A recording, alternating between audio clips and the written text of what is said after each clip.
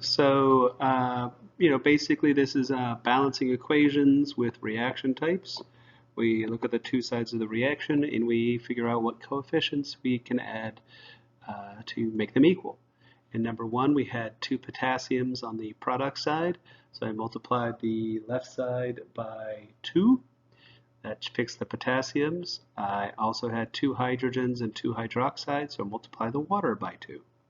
This is a double replacement reaction as the potassium and the sulfur are coming together and the hydrogen and the hydroxide are coming together, making 2 new compounds. In number 3, I saw that the nitrogens were a 2 on the product side, so I doubled the HNO2 to fix the nitrogens.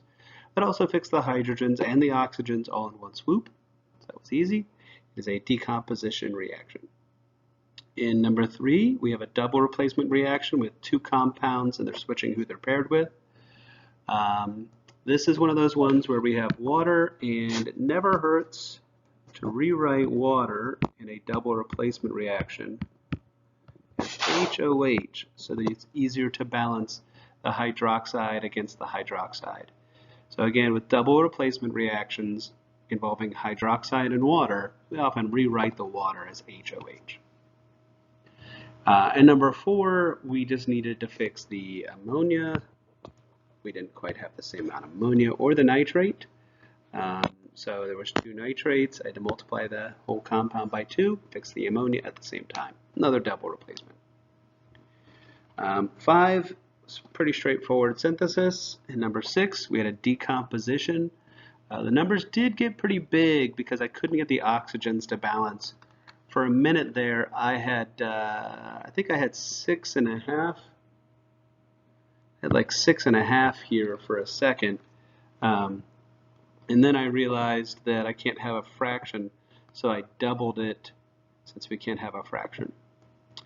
And then in number 7, straight up decomposition. That one wasn't too bad. I had to get the oxygens equal, so I was going for an even number of oxygens. Let's go to the next couple questions. 8 is another double replacement. Focus on the fact that you have sulfate. There's 3 of them, so I'm going to take that sulfate and multiply it by 3.